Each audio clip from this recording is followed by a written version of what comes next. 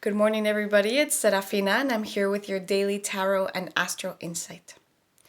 So, the full moon in Virgo is going to culminate tonight at midnight. So, I want to talk a little bit about that.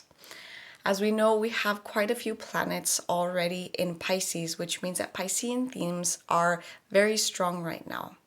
And then we have, so the sun is at the last degrees of Pisces, and then we have the moon, which is right now in Virgo, and they're going to directly align and have a full moon, which means that things are coming to light. That is the nature of a full moon. Virgo is a feminine sign, Pisces is a feminine sign.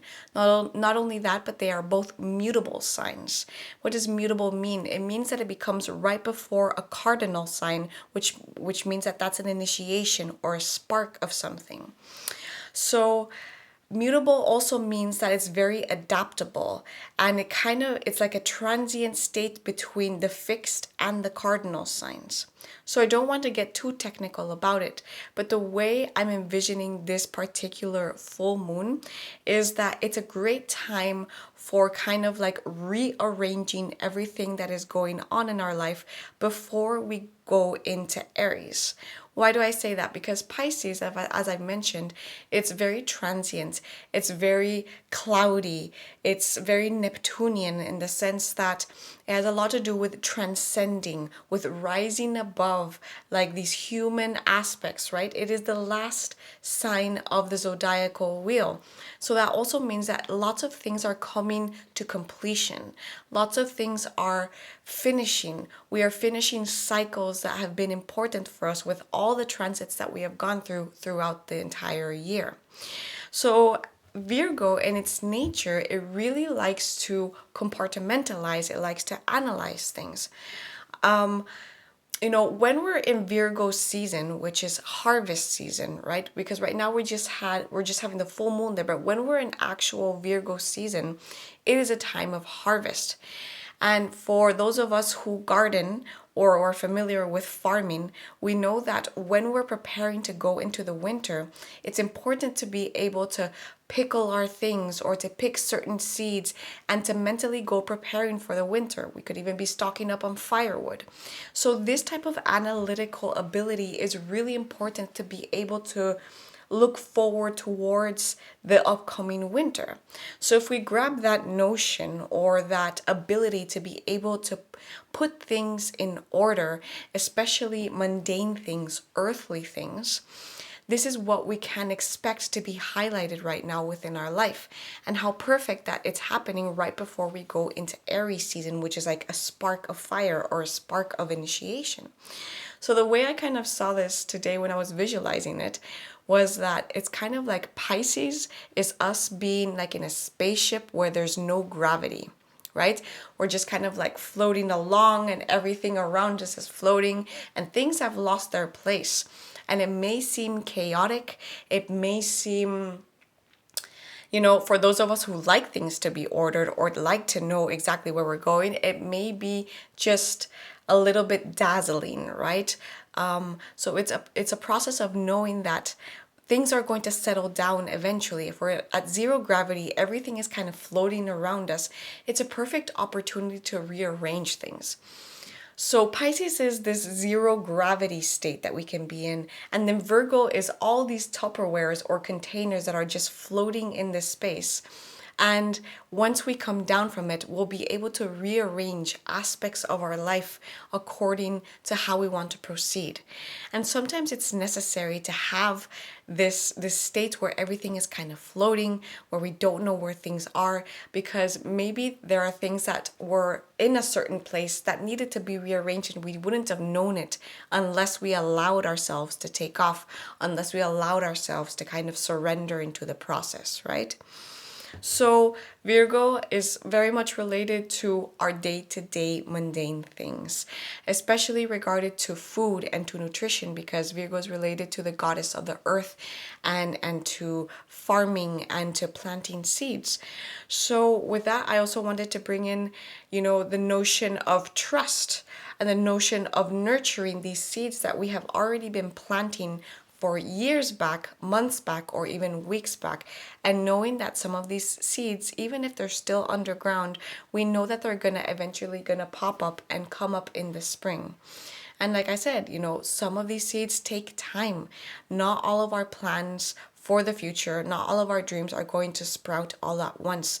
And Virgo is having the wisdom to know that good things take time, while we're in the Pisces energy of being able to surrender to that and not needing to micromanage everything to the point where we stifle the growth of our seeds, but allowing space for the unknown and the great mystery to come in and allow us in our tending process.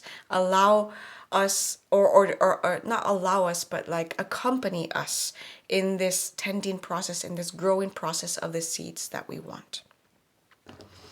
Okay, so let's step into the tarot. Beloved Spirit of the universe that loves us unconditionally, I would like to call upon the spirits of this land and of this ocean and of this island, and I thank them for holding the space and their ancient wisdom. And I would like to call upon my spirit of light, my archangels, angels, ancestors, and my higher self, and I thank you for your presence and guidance with this collective reading. Okay, so beloved Spirit of the universe that loves us unconditionally, what loving guidance is there for the collective today regarding this full moon in Virgo? What loving guidance is there for the collective? We have the Two of Cups.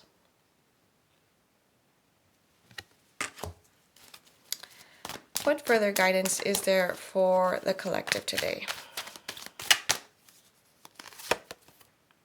We have the card of Death.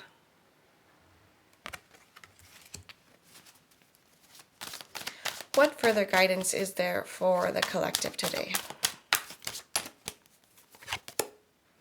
We have the Ace of Cups.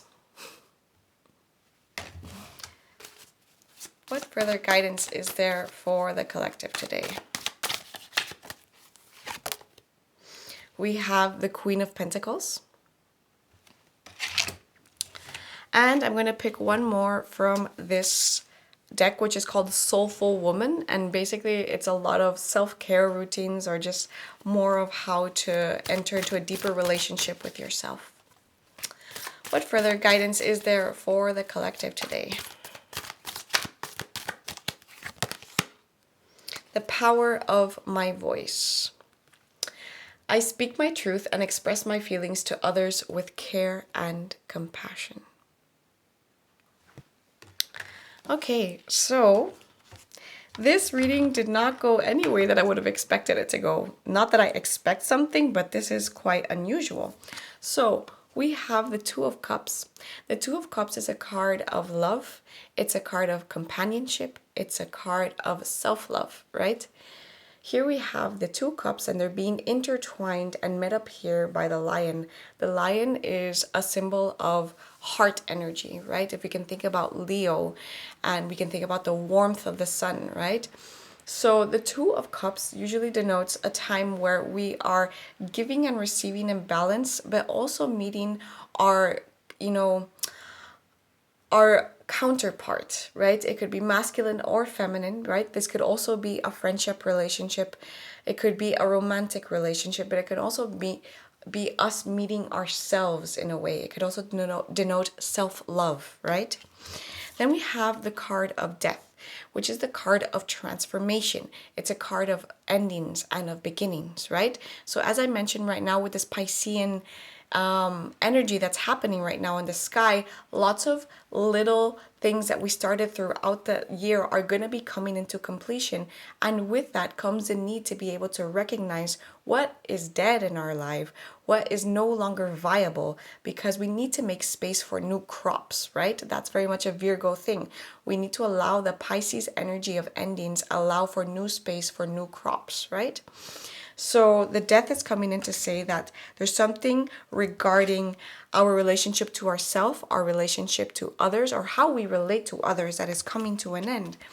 Why am I going this route? Because we have the Ace of Cups as well. The Ace of Cups is a new start, a new relationship with ourselves, a new relationship with others, a newfound perception of how we are giving and receiving our emotional sphere, our emotional love, right?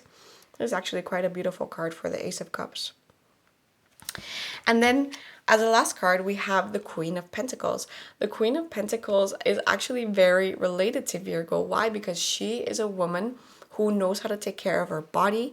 She knows how to take care of her nutrition. And she comes from a past where she wasn't able to fulfill that for herself.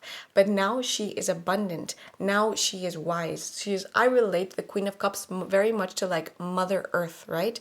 And so she is very able to set the boundaries that she needs in order to nurture herself and others.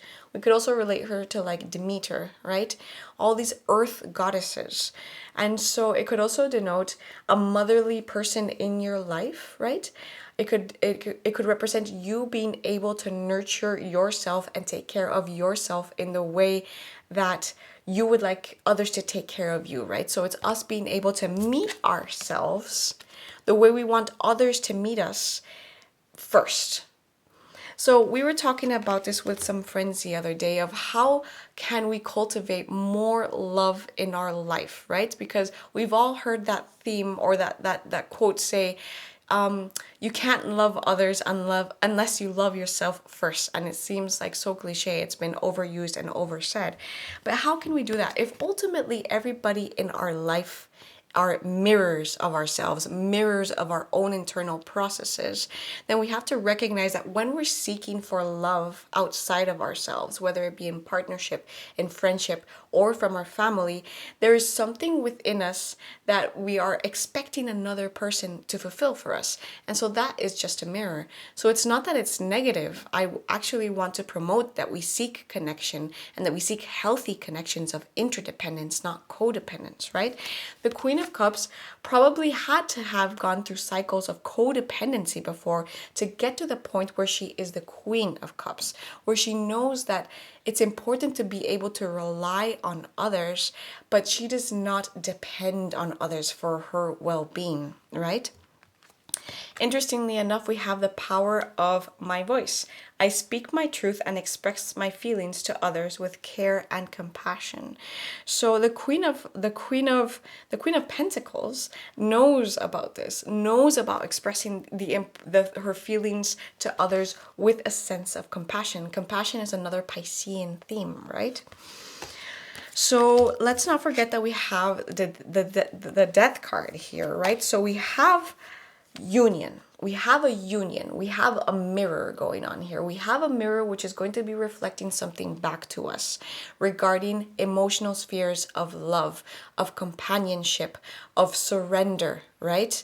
Of being able to be compassionate, perhaps. And there's going to be something that's going to be reevaluated, something that's going to change, something that's going to molt like the skin of a snake. And, death is not a negative card. Death is a positive card. It comes to say there's something around you that no longer serves you. Let's check it out, what that is.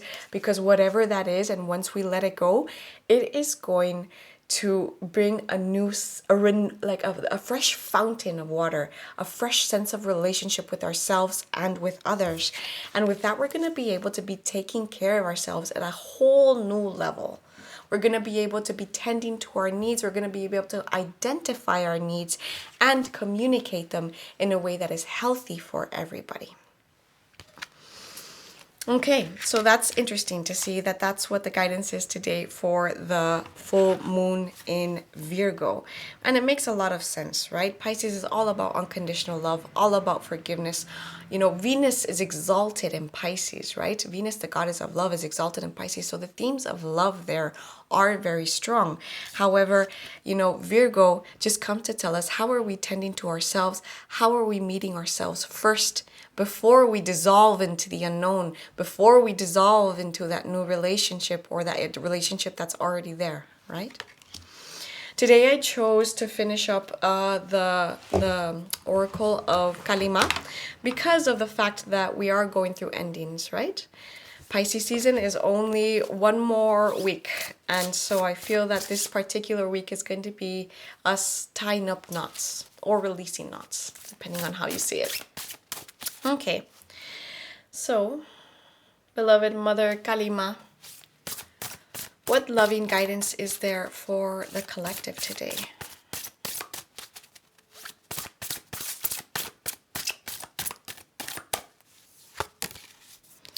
We have Troma Nagmo, number 6. Let's see what this says.